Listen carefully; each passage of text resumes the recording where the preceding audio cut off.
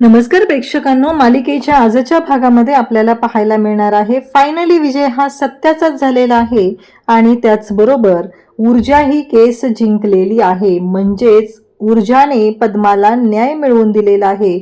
ऊर्जाने दाखवून दिलेला आहे सत्य हे कितीही झाकण्याचा प्रयत्न केला तरी ते एक दिवस वरती येतच, ते लोण्यासारखं असतं आणि ते वरती तरंगतच, हे ऊर्जाने दाखवून दिलेलं आहे. आणि त्याचबरोबर आता आपल्याला पाहायला मिळणार आहे की नक्की विक्रांतच्या बाबतीत काय झालं, जज साहेबांनी कोणता निर्णय सुनावला. त्याचबरोबर विक्रांतला पोलीस कस्टडी तर झालेली आहे, पण त्याचसोबतच पद्माला 5 लाख रुपये नुकसान भरपाई म्हणून देण्याची शिक्षा सुद्धा झालेली आहे. आणि आता इकडे ऊर्जाचा इंटरव्ह्यू घेण्यासाठी जेव्हा पत्रकार घरी आलेले आहेत तेव्हा सगळ्यांना असं वाटत असतं की हर्षवर्धनला प्रश्न विचारायला पत्रकार घरी आलेले आहेत. हर्षवर्धन म्हणतो की मी तुम्हाला आत्ता उत्तर देऊ शकत नाही. तेव्हा मात्र तिथे पत्रकार म्हणतात की आम्ही तुमच्याशी बोलायला आलेलोच नाहीये, आम्ही इथं आलेलो आहे ते फक्त आणि फक्त या ऊर्जा शिंदेचा इंटरव्ह्यू घेण्यासाठी, त्यांच्या बीट्स आम्हाला हव्या आहेत त्यासाठी आलेलो आहे. आता मात्र हर्षवर्धनची चांगलीच नाचक्की झालेली आहे. हे सगळं कशा पद्धतीने होणार आहे ते आपण आपल्या व्हिडिओमध्ये डिटेलमध्ये पाहणार आहोत.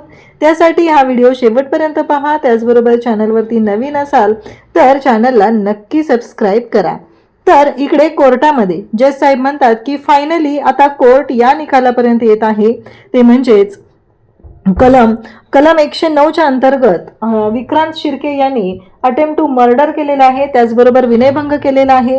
सगळे साक्षी पुरावे समोर आलेले आहेत. त्यावरून एकच गोष्ट क्लिअर होते की त्या दिवशी विक्रांत शिर्के हा घरी होता आणि त्याने पद्माला जीवे मारण्याचा प्रयत्न केलेला आहे, त्याचबरोबर तिचा विनयभंग करण्याचा सुद्धा प्रयत्न केलेला आहे. यासाठी त्याला पोलीस कस्टडीमध्ये पाठवण्यात येत आहे, पोलीस कोठडीमध्ये पाठवण्यात येत आहे, कारण त्याने साक्षी पुरावे लपवण्याचा प्रयत्न केलेला आहे, कोर्टाची दिशाभूल करण्याचा प्रयत्न केलेला आहे. शेवटपर्यंत त्याने कळू दिलेलं नाही की त्याने पद्मावरती जीवघेणा हल्ला केलेला होता.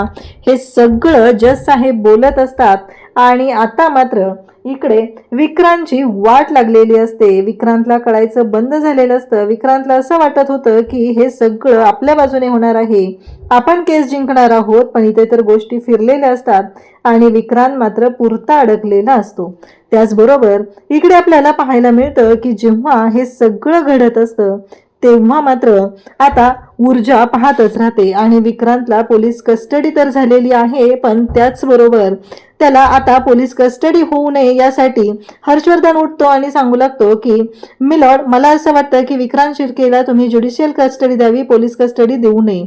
तेव्हा मात्र इकडे जज साहेब सांगतात की विक्रांत शिर्केला ज्युडिशियल कस्टडी मिळणार नाही तर त्याला पोलीस कस्टडीच मिळणार आहे, असं इकडे जज साहेबांनी सांगितलेलं आहे. आणि तेव्हा मात्र इकडे हर्षवर्धनचा जो काही हा प्रयत्न होता तो खोटा ठरलेला आहे. हर्षवर्धनला वाटत होतं की त्याने या पद्धतीने बोलला तर गोष्टी सोप्या होतील, पण तो मात्र इथे खोटा ठरलेला आहे.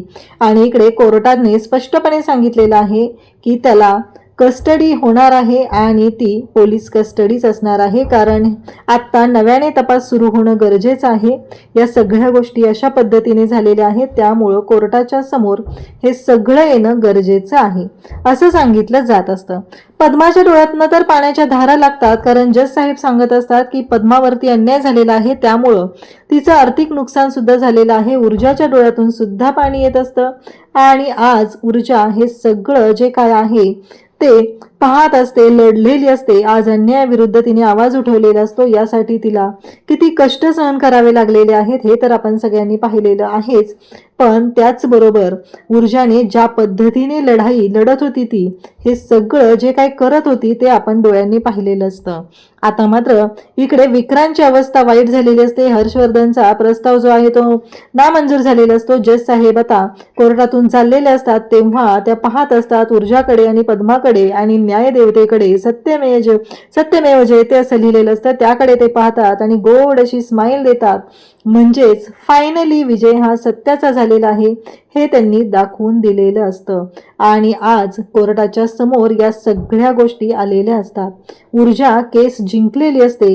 ऊर्जाने फायनली न्याय मिळवून दिलेला असतो तो पद्माला. यासाठी ऊर्जाला किती कष्ट सोसावे लागलेले असतात ते आपण पाहिलेलेच असतात. त्यासोबतच आपल्याला पाहायला मिळतं ते म्हणजे आता विक्रांतला पोलीस घेऊन चाललेले असतात. इन्स्पेक्टर माने जे असतात त्यांना सांगितलं जातं ही केस इन्स्पेक्टर मॅनेजकडे हँडओव्हर झालेली आहे, कारण हुळबुट्टे आता महत्त्वाच्या कामासाठी त्यांना एका केसवरती बाहेर पाठवलेलं आहे. त्यामुळं ही केस माने हँडल करत आहेत. आता विक्रांतच्या समोर हर्षवर्धन असतो आणि हर्षवर्धन खूप चिडलेला असतो. हर्षवर्धन म्हणत असतो, हातातोंडाशी आलेली केस तुझ्यामुळे गेलेली आहे, या सगळ्याला जबाबदार तू आहेस, कारण हे सगळं तुझ्यामुळे झालेलं आहे. तू तुझ्या रागावर कंट्रोल केलेलं नाहीये. ती तुला टॉर्चर करत होती, तुला प्रश्न विचारत होती आणि तू मात्र मूर्खासारखी उत्तरं देत गेलेला आहे. या सगळ्याला जबाबदार तू आहे, असं म्हणत हर्षवर्धन आता विक्रांतला ओरडत असतो. तेव्हा विक्रांत मात्र रागातच असतो. हर्षवर्धन तिथून निघून जातो आणि म्हणतो की आजपर्यंत आयुष्यातली माझी पहिली हार तुझ्यामुळे झालेली आहे. आजपर्यंत कोर्टात इतकी नाचक्की माझी कधीही झालेली नव्हती. ही फक्त आणि फक्त तुझ्यामुळे झालेली आहे, असं म्हणत हर्षवर्धनने आता आरडाओरडा केलेला असतो.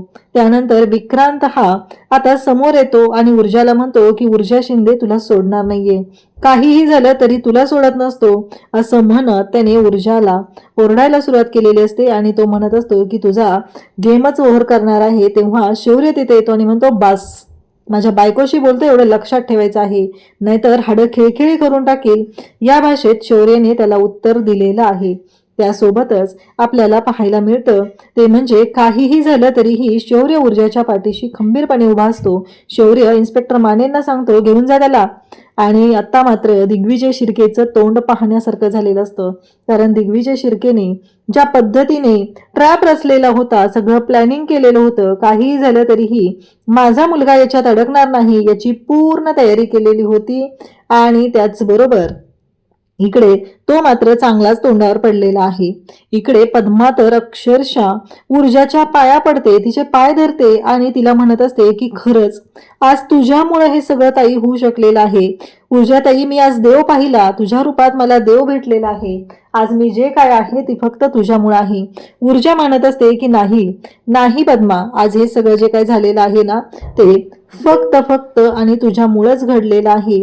तू खंबीरपणे उभी राहिलीस म्हणूनच ह्या गोष्टी होऊ शकलेल्या आहेत, असं म्हणत ऊर्जाने पद्माचं सुद्धा कौतुक केलेलं असतं. कारण पद्मा ज्या पद्धतीने ही केस लढण्यासाठी तयार झाली, कारण कोर्टात कोणत्या प्रश्नांना सामोरं जावं लागणार होतं हे माहितीच नाहीये, कारण कोर्टामध्ये काय काय होऊ शकतं याचा अंदाजच नव्हता.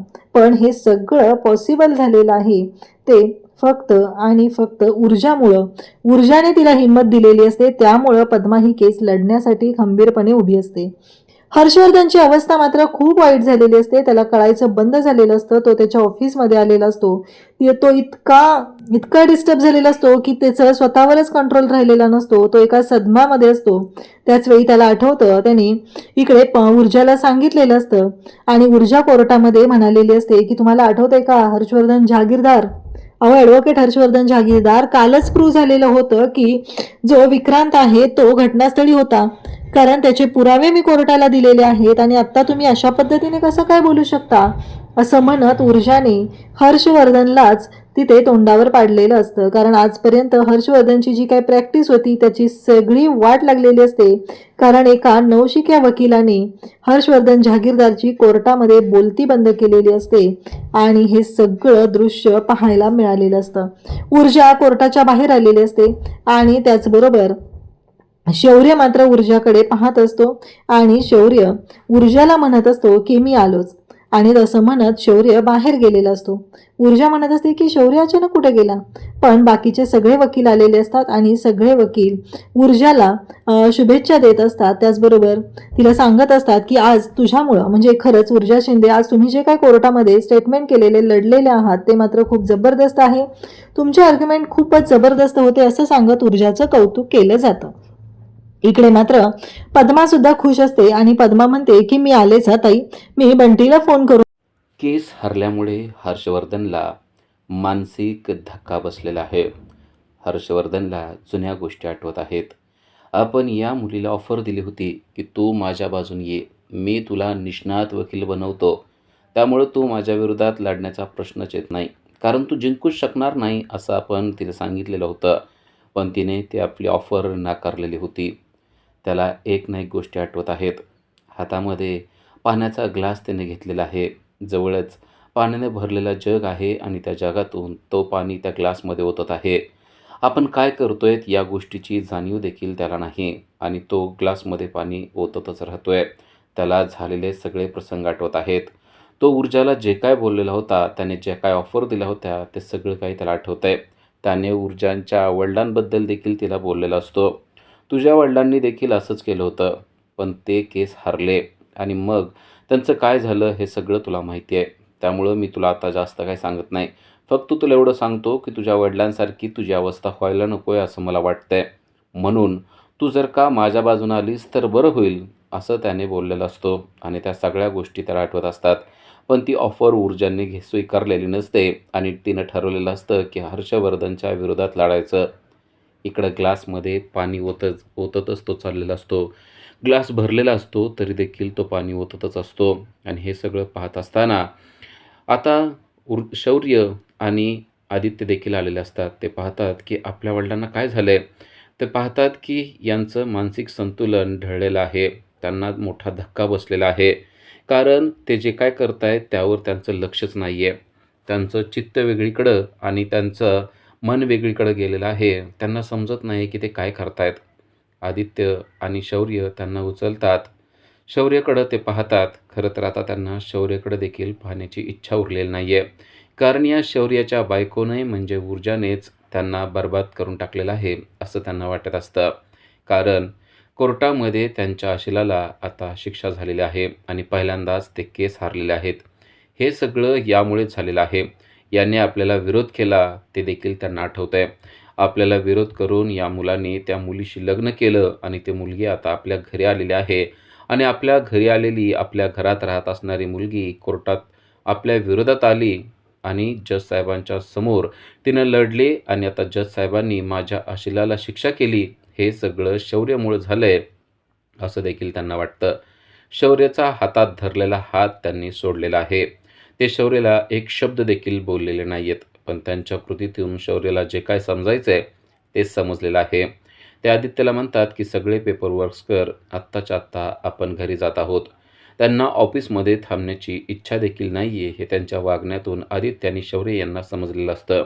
शौर्याचा हात काढून टाकल्यामुळे शौर्याला तर समजलेलं असतं, की वडिलांना आपल्याशी बोलण्याची थोडी देखील इच्छा नाही. शौर्य एकदम तटस्थ त्यांच्यासमोर उभाच असतो. पण आता जागीरदार त्याच्याकडं पाहत देखील नाहीत. इकडं दिव्याचं वेगळं चालू आहे. दिव्यानं घर सजवून ठेवलेलं आहे. पणत्या वगैरे लावून ठेवलेल्या आहेत. फुलं वगैरे टेबलवर ठेवलेले आहेत आणि हे सगळं का केलं जातंय असं आजीसाहेब विचारतात. तेव्हा ती सांगते, "अहो, आता हे केस जिंकून येतील ना, मग त्यांना हे बघितल्यावर खूप आनंद होईल," असं ती सांगत असते. आईसाहेब विजयाला म्हणतात, "तुझं विजया काय चाललंय ना ते मला कळत नाही." विजया म्हणते, "काय झालं?" तेव्हा ती म्हणते, की अर्पिता आलेली होती का? विजया म्हणते, "हो, आली होती." "कशाला आली होती अर्पिता?" असा आईसाहेबांनी आता रागानेच प्रश्न विचारलेला असतो. तर या प्रश्नाचं उत्तर दिव्या देऊ लागते. दिव्याला म्हणायचं असतं, की त्या अर्पिताच्या ना डोक्यावर परिणाम झालेला आहे आणि ती म्हणू लागते, "हो, ती आली होती आणि खूपच वेड्यासारखं वागत होती." तेव्हा आईसाहेब तिच्याकडं पाहतात आणि म्हणतात, "मी तुला विचारलंय का? तू मध्ये बोलू नकोस, तू शांत राहा." असं म्हणून तिचं तोंड त्यांनी बंद केलेलं असतं. दिव्याला कळतं, की आपण जर का मध्ये बोललो तर आपलं काही खरं नाही. आता विजया बोलत असते. विजया म्हणते, "हो, ती आली होती आणि ती खूप वेगळंच बोलत होती." आईसाहेब म्हणतात, "वेगळं म्हणजे काय बोलत होती?"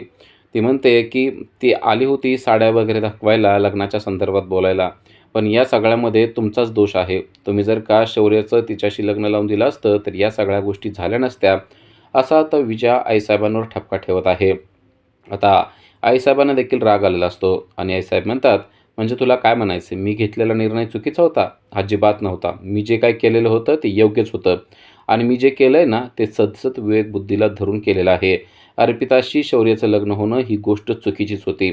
तर लगेच दिव्यामध्ये बोलायला लागत असते, "हां, आणि आज तर ना ती साड्या घेऊन आली ना, इतकं वेड्यासारखं करत होती." तेव्हा परत आईसाहेब तिच्याकडे बघतात आणि म्हणतात, "मी तुला तुझं तोंड बंद ठेव म्हणलं होतं. तुला कळत नाही ना? तू आत्ताच्या आत्ता इथून निघून जा. माझ्या डोळ्यापुढे थांबू नको, निघ." असं म्हणून तिला घालवलेलं असतं. दिव्या लगेच निघून जाते. कारण आईसाहेबांच्या रागाला जर का आपण थांबलो तर काही खरं नाही आहे हे तिला माहीत असतं. आणि आता विजयाला त्या बोलू लागतात, "विजया, तुझ्या सुनेसमोर तुला काय बोलायला नको म्हणून तिला पाठवलंय. पण तुझं जे काही चाललंय ना ते सगळं माझ्या लक्षात येतंय." ते म्हणते, "म्हणजे काय चाललंय माझं असं?" ते म्हणते, "तिला तू समईचं व्रत करायला लावलं, मला कळत नाही का करायला लावलं ते?" विजया म्हणते, "म्हणजे हे व्रत मी नव्हतं का केलं? तुम्ही नव्हतं का केलं? त्यात मी काय वेगळं केलं आहे? आपल्या घरातल्या रीती परंपरा नको का सांभाळायला?" आईसाहेब म्हणतात, "हो, रीती परंपरा सांभाळायला पाहिजेत. मी काय तुला म्हणलं नाही रीती परंपरा सांभाळू नको आणि त्या परंपरा मी सांभाळतो आणि ते चांगलंच आहे. पण तू ज्या पद्धतीनं काम सांगितलं होतं ना तिला, ते माझ्या चांगलं लक्षात आलं आहे. तू तिला का सांगितलं होतं? अगं दुसऱ्या दिवशी तिच्या केसची हेअरिंग आहे, तर तिनं केसचा अभ्यास करायचा का समईमध्ये तेल ओतत बसायचं? तुला काय वाटतं या बारीक गोष्टी मला कळत नाहीत? पण मी त्या दिवशी फक्त शांत बसले. पण असं जर का तू अन्याय तिच्यावर केला ना, तर मी शांत बसणार नाही आहे, एवढी गोष्ट लक्षात ठेव." असं म्हणल्याबरोबर विजयाला कळलं आहे, की आईसाहेबांना आपण जे काय कुचकं वागतोय, कटकारस्थान करतोय ते सगळं लक्षात आलं आहे आणि त्यांनी दमच दिला आहे, की आता ऊर्जाच्या विरोधात कसलंही कटकारस्थान करायचं नाही. इकडे आता सगळे वकील ऊर्जाला फुलं आणून देत आहेत आणि खरंच तुम्ही खूप छान लढला आणि खूप छान तुम्ही प्रतिकार करून या केसचा निकाल लावलेला आहे. तुमचं खूप खूप अभिनंदन, असे सगळे वकील बोलत आहेत. तर पद्माला देखील तू खूप हिंमत दाखवली, असं सर्वजण बोलत आहेत. पद्माचं खरं कौतुक तर ऊर्जा करते. ऊर्जा म्हणते, "पद्मा, खरं ही केस तुझ्यामुळे जिंकलेली आहे. तू स्टँड नसता घेतला तर मग काय खरं नव्हतं." तेवढ्यात तेथे पत्रकार आलेले आहेत आणि ते ऊर्जा आणि पद्मा यांना प्रश्न विचारू लागलेत. तेव्हा ऊर्जा त्यांना सांगते, "हे बघा, या मुलीचा चेहरा आपल्याला अजिबात एक्सपोज करायचा नाही आहे. या अगोदर देखील मी तिचा चेहरा एक्सपोज केलेला नाही. त्यामुळे तुम्ही कॅमेरा शूटिंग वगैरे जे काय करताय ते करू नका आणि राहिला प्रश्न तुम्हाला जे काही प्रश्न विचारायचे त्याचा, तर ते नंतर विचारा, कारण मी अजूनही कामात आहे. पण या मुलीची आयडेंटिटी कुठेही लीक होणार नाही, या गोष्टीची जबाबदारी तुम्ही घेतली पाहिजे. कारण पत्रकार म्हणून तुमची ती जबाबदारी आहे. जर का या मुलीची आयडेंटिटी लीक झाली तर तिला भविष्यामध्ये या गोष्टीचा त्रास होऊ शकतो. या गोष्टीची जाणीव ठेवून तुम्ही प्रश्न विचारा. त्याचबरोबर काय जे शूट करताय ते करा." असं म्हणल्यानंतर पत्रकार म्हणतात, की "ठीक आहे, तुम्हाला जेव्हा वेळ असेल ना तेव्हा आम्हाला सांगा, तेव्हा आम्ही येऊन तुमचा इंटरव्ह्यू घेतो आणि राहिला प्रश्न हिच्या आयडेंटिटीचा, तर नक्की आम्ही त्याबद्दल काळजी घेऊ." तर आता पद्मा म्हणत असते, "मला ही गोष्ट घरी सांगितली पाहिजे, मला आजीला फोन केला पाहिजे. तिला जर का सांगितलं की आपण केस जिंकलोय तर तिला खूप आनंद होणार आहे." ऊर्जा म्हणते, "हो नक्की, तू लगेच तुझ्या आजींना फोन कर आणि झालेली सगळी गोष्ट आहे त्या आजींना सांग. त्यांना सांग की आपण ही केस जिंकलेलो आहे." उद्याच्या भागामध्ये आपल्याला पाहायला मिळतं की ऊर्जाच्या घरी, म्हणजे खरं तर हर्षवर्धनच्या घरी पत्रकार आलेले आहेत आणि त्या पत्रकारांना हर्षवर्धन म्हणतोय, "तुम्हाला जे काय प्रश्न विचारायचे ते विचारा, पण मी तुमच्या एकाही प्रश्नाचं उत्तर देणार नाही, कारण माझा आत्ता तो प्रश्नाचे उत्तर देण्याचा मूडच नाही आहे."